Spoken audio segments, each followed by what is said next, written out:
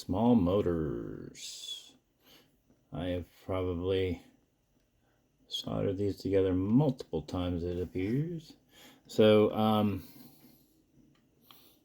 there is a little trick to these things, but it's not hard. It's I like soldering smaller stuff than I do bigger stuff.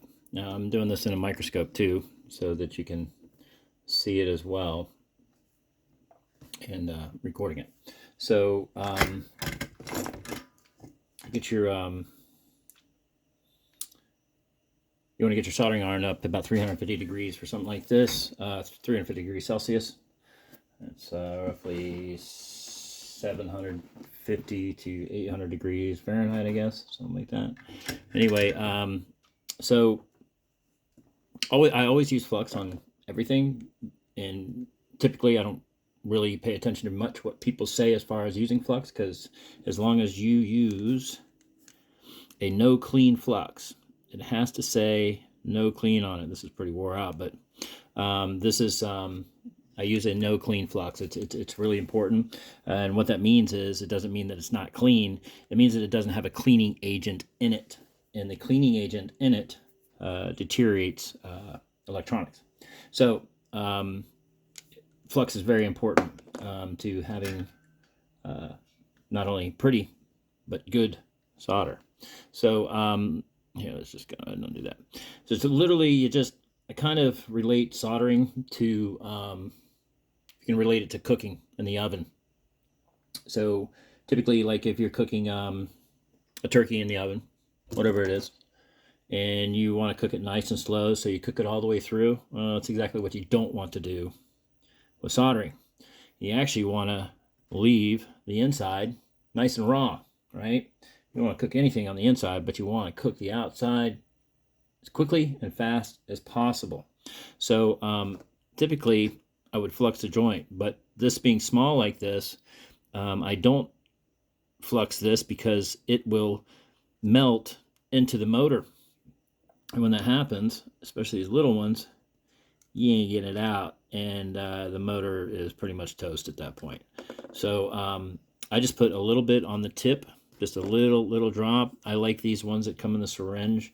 I can send you a link to some, but it's a little on the pricey side. It's about $16 too, but you probably last you forever. But I go through, I solder a lot, almost daily. I solder probably, and when I'm soldering. So, but anyway, the trick is to be in and out. So you're going to kind of put it to the side of what you're going to do, and you're going to push into it, right? So when I go into these, I'm going to try to do this so you can see it and also do a good job at the same time.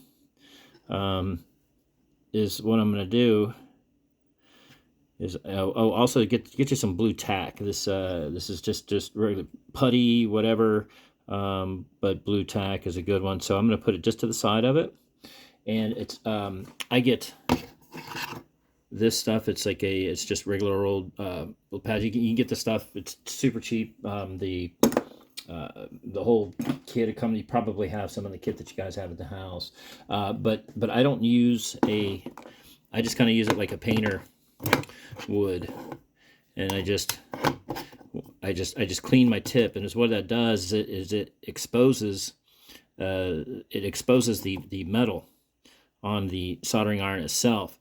If you let it sit here, it'll kind of oxidize, and it won't melt. You'll be sitting there and it won't melt.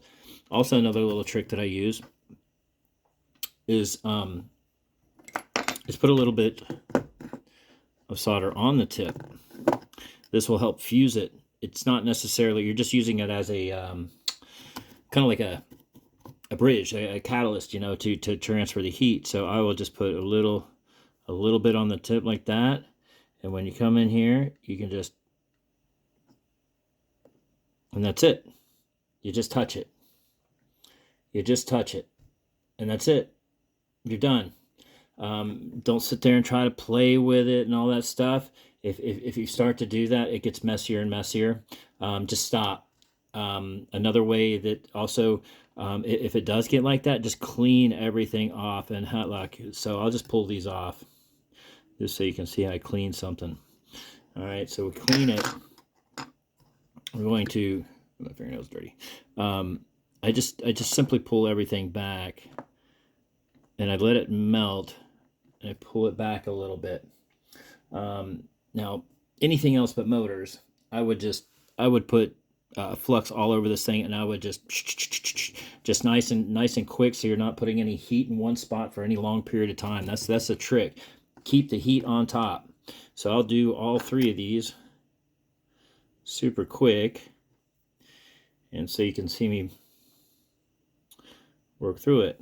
So again, you know, it doesn't hurt to clean the tip, man. That, I cannot tell you how important that is. To just keep that clean, and put a little bit of just a tad of get out of there. Just a tad of flux. I mean, just a tad. You don't want it melting into the motor. I've done it, trust me. All right, so all right, we're recording there, and you're in and you're out. That's it. That's not a very good joint because I'm trying to here, but that's good enough. But that'll get you going, because you're gonna. It's a terrible joint. Oh my God, looking at the microscope, it looks terrible. I typically would do this with a magnifying glass, but yeah, that's terrible too.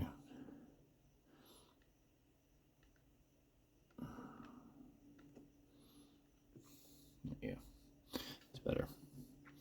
But typically I just use this magnifying glass here. It's a lot easier for me, because I don't.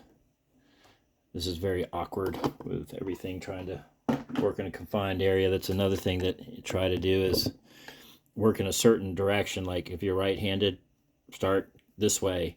Or if you're folding, like let's say you're doing a flight controller and you got to do a wire here and a wire here, do the wire in front first. So whichever way makes sense, to where you're not placing the soldering iron over top of your other spot, and then you just, you know, clean it. If you clean it, take your thumb there. Helps you just bend the wire in the right spot. And that's not good. That's bridged, so we can pull it off. That bridged again. So I'm gonna clean a little bit off there.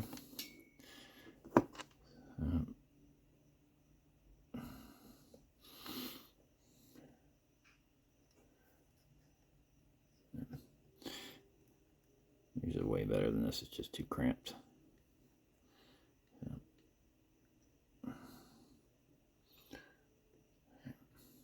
Enough. But with these already having solder on there, you don't have to worry about tinning them. Tinning them is pretty important part of the process, because you're just really, the solder is already there, and you're just melting to the solder that's already existing. So you don't have to really worry about even touching the metal itself, because it's already there. And that's it. So,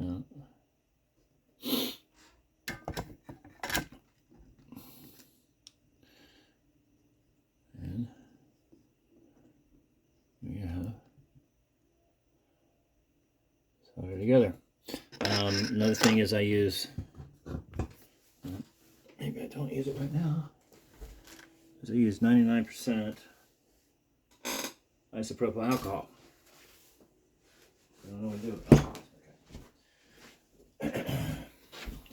And just a little light toothbrush, and I will just spray a little bit on the toothbrush, and I'll just clean any stuff. It also helps you to see if you have any bridge, but it evaporates really fast, and it cleans at the same time.